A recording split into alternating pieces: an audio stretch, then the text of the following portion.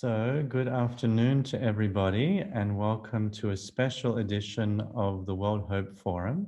This is our 1-year anniversary, so we're here at Kazern, the home of design in Eindhoven, where it's Dutch Design Week, and we're very happy to be celebrating our 1-year birthday here.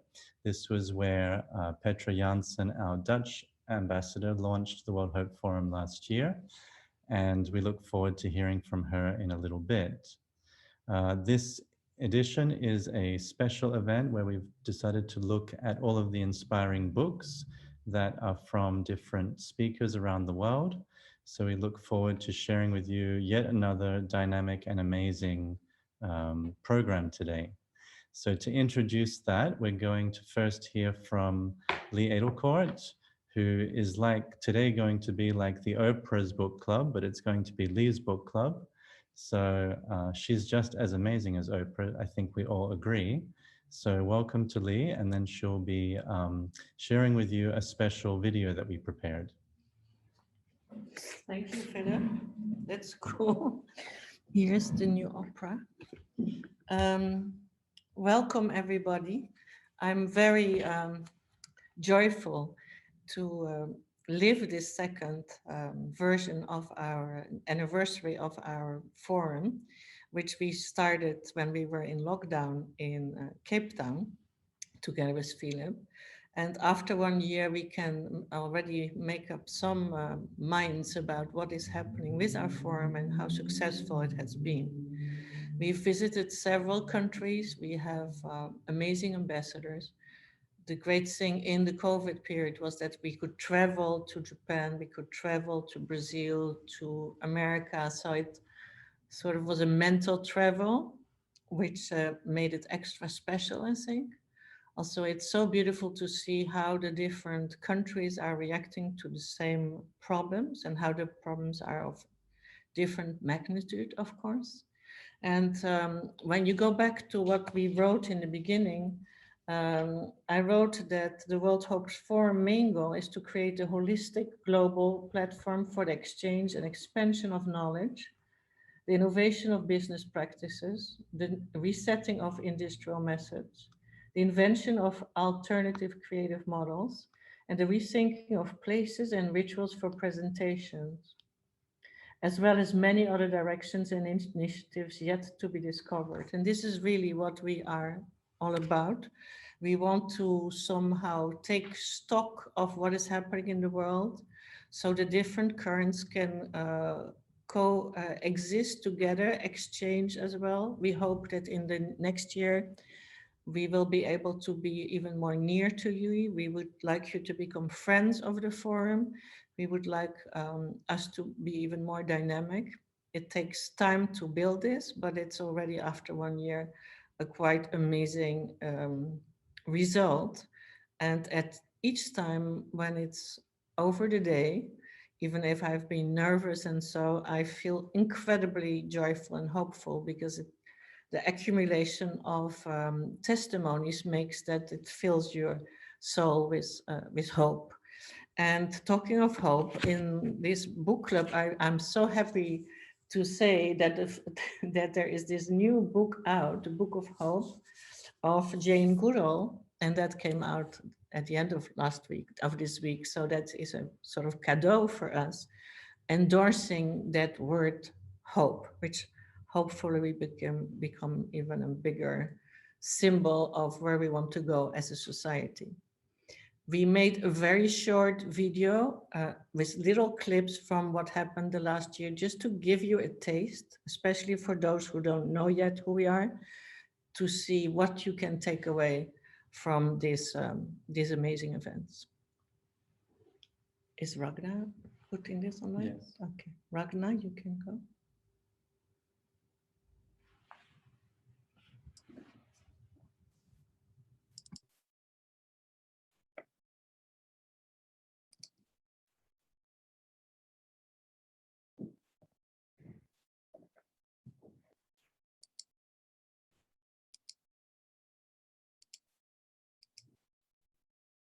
Oh, sorry.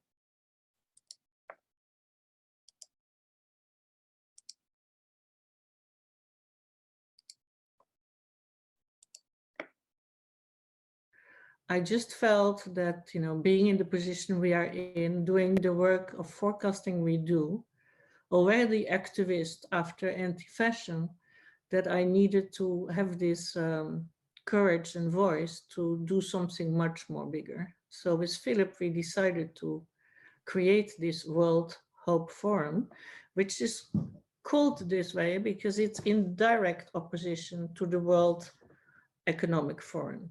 Hello, Human. It's about inclusivity without the moral entrepreneurship. Very important, what if euros changed into smiles? To simply somehow serve the idea and step back with your own personal opinions and wishes. The greatest lesson maybe was for us that although we create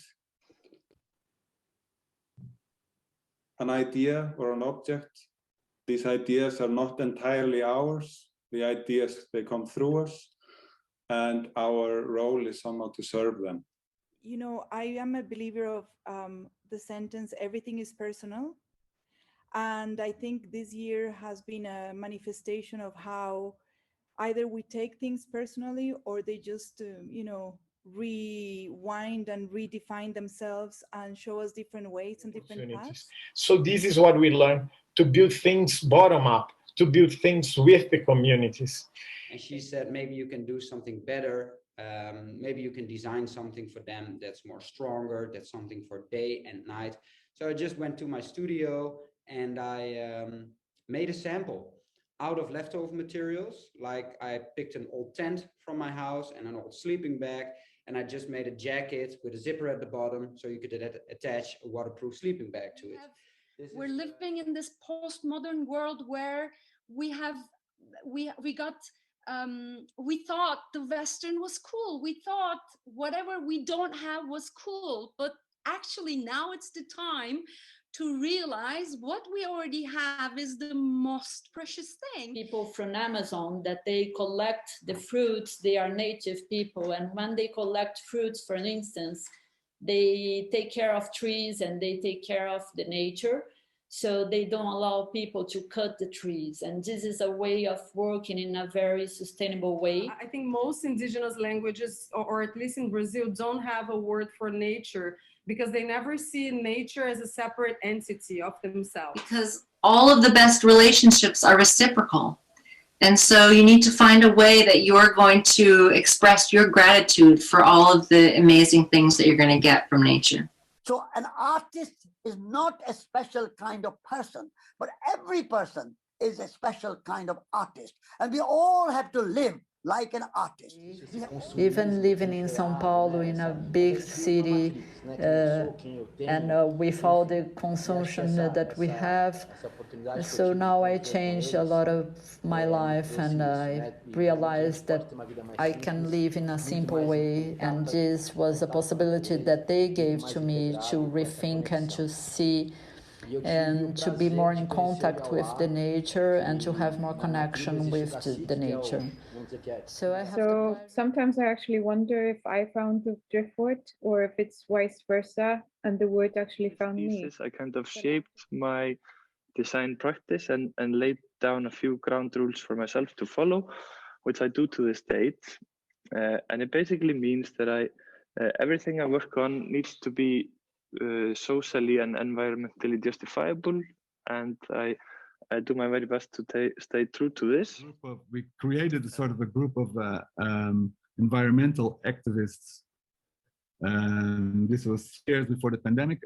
It's a group called Mama Trancoso, in which we took the coolest kids of town and make a sort of a group of 10 students that would be studying environmental activism, and we would create this way a sort of a trend inside the town to make activism the cool thing to be involved in, environmental activism. Normally when I made something, it was put it on show, and I wanted to keep this for myself. So what is the common denominator in all of this work? Well, actually, I don't know. And it is about this. It is letting go of what something should become. handling that material, which a lot of people are disconnected with today, gives another sensorial pleasure, which also creates that emotional relationship with the object. And we believe a lot in the power of the colors and materiality of elements that come from the earth to bring good energy and also to connect more with people through the colors. Because and it was at university where we started looking into materials, where there was a point where we realized that wood is essentially solid air, soil, and sunshine. And so thanks to photosynthesis, trees are essentially a kind of 3D printer, a Zen 3D printer with material and machine all in one. And this really kind of stuck with me. There is a connection between creating music and creating perfumes. I think creative thinking is the key to try and solve the problems. And sometimes it's the smallest moment that you're not expecting that can take you down a journey that you never expected to go on. And that was one of the first steps in a really powerful journey of creativity, synchronicity, and activism. That because it's really work we do as creative practitioners. Work is our life. Therefore, we weave our lifestyle through it. So what does it mean to kind of really put love and care into a garment and into the processes of garment making? We all have enough clothing already. So from there on, I was like, how can I visualize the obsession I see with myself and the obsession I see all around me with like this insane mentality of always wanting to have and buy the newest clothing. So from there on, I started puzzling with my own wardrobe. That was like the first trigger point of the fastest fashion, in sense of how would I start making something or creating something that really would trigger people to let them think about their own behavior, but also really reappreciate their own wardrobe, because that's for me. So what we do here is the third life of the garments. We also have the second life, which is also interesting, but maybe we talk about that another time. So the thing is with the mill, especially over the last 3 years, we changed our focus very much from working with fashion companies. We do a lot more education these days, and there is no normal. There really isn't. So I was interested in finding out what could be some new system of production and creation system within the fashion industry. So we have to understand that our generation, what we are doing now, this morning, all of us together here, we are talking, we are being the, I would say, I think we are being the illuminists. We are living in the Enlightenment period before the Renaissance. Listen, I had this idea. Why does charity shops have to be places where stuff goes to die? It seemed to be a place where people put stuff they didn't need, but without love. How about if we turned that on its head? How about if we created these places that were about renew, that were about upcycling, but more importantly, were about communities of people coming together who would give their time as well as the stuff that they had that they didn't need anymore. Because when you start working on a project like this, you start looking at things in a different way, and it kind of becomes like an obsession, because we can't see an old furniture or a chair anymore without thinking like how we can weave in it or change it into a loom or like make it look better in some way with weaving. So I have also been a anti-plastic pollution activist for over about 12-15 years. What is shown abroad is only a small aspect representing our entire culture. We are not only one thing, we are many different parts of a whole. So to sort of erase the statehood, erase these lines, and go back and celebrate this state of the country. I mean, it's of looking at the root of breaking down hierarchies, of finding ways to come together that we can't erase difference, but acknowledge the difference and embrace it. And I think this is like one of the first time I realized that design is, you know, of course about aesthetics and understanding material, but the other thing is like understanding people and getting people to trust you. And if you don't, I make work exploring how my queer and Latinx identity creates a diverse American narrative in the context to the climate crisis and my own lived circumstances. When I came to San Francisco, to California, we decided to create a powwow. And we wanted to create a powwow and make sure that it was welcoming and embracing of all people. My work, Matter and Memory, sort of revolves around building alternative ecosystems and practices essentially driven by radical indigenism and sort of local wisdom. You can't just look at conserving lands and see without making sure that whoever is supposed to be there is there. Because as some very wise woman said once, that landscape without wildlife is just scenery.